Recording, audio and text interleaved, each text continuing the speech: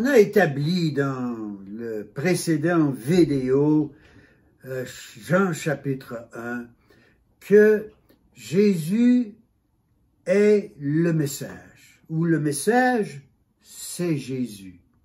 Puis le message est devenu, c'est Dieu lui-même. Dieu lui-même, pas un deuxième, pas un Dieu inférieur. Le message était Dieu lui-même.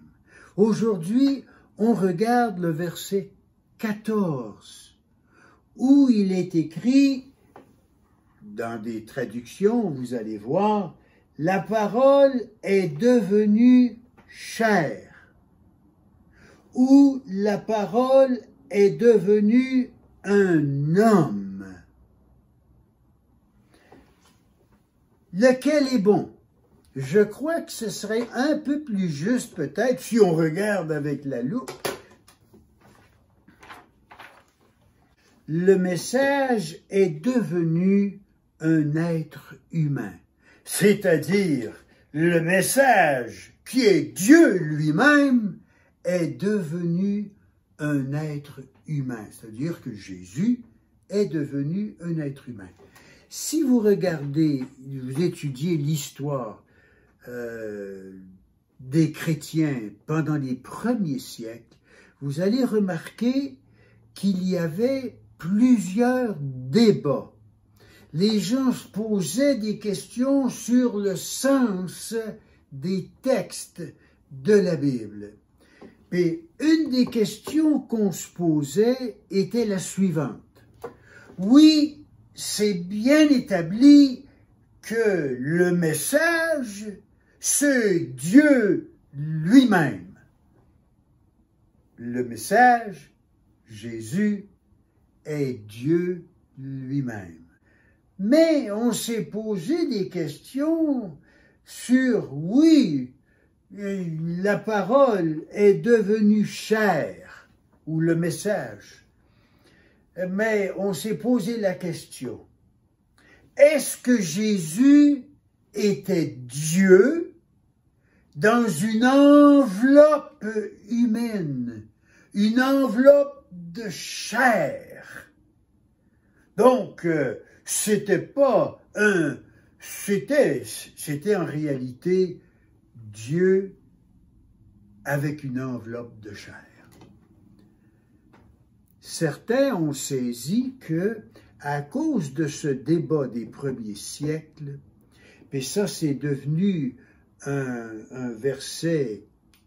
des versets importants dans ce débat, ils sont arrivés à la conclusion, en examinant le grec, que la parole est devenue chair, oui, mais encore plus, la parole est devenue un homme. Ou, comme je le mets dans cette traduction, le message est devenu un être humain. C'est-à-dire que, oui, Jésus était entièrement Dieu, mais aussi, il était un homme, mais pas un homme bionique, pas un homme spécial, il est devenu un être humain comme vous et comme moi, sauf sans péché.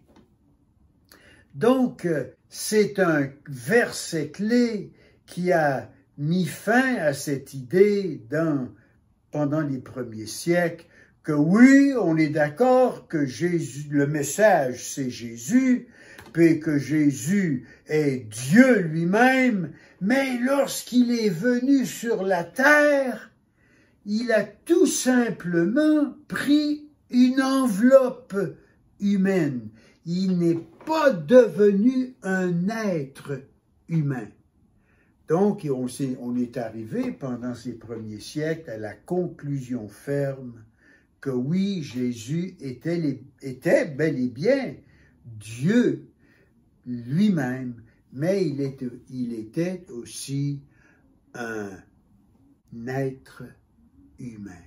C'est-à-dire qu'il a eu faim, il a eu soif, il a été fatigué, il a connu la colère, les larmes, Il a connu beaucoup d'émotions, comme toi tu connais et comme moi je connais. Oui, le message qui est venu, c'était Dieu lui-même.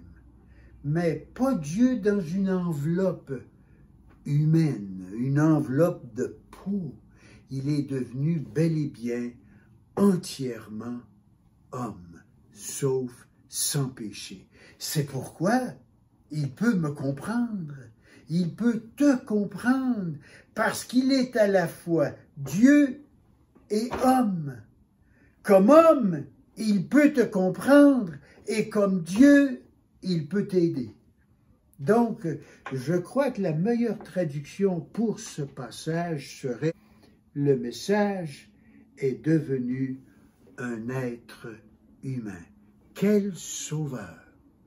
À la fois Dieu lui-même et un homme. Merci de m'avoir écouté. À la prochaine.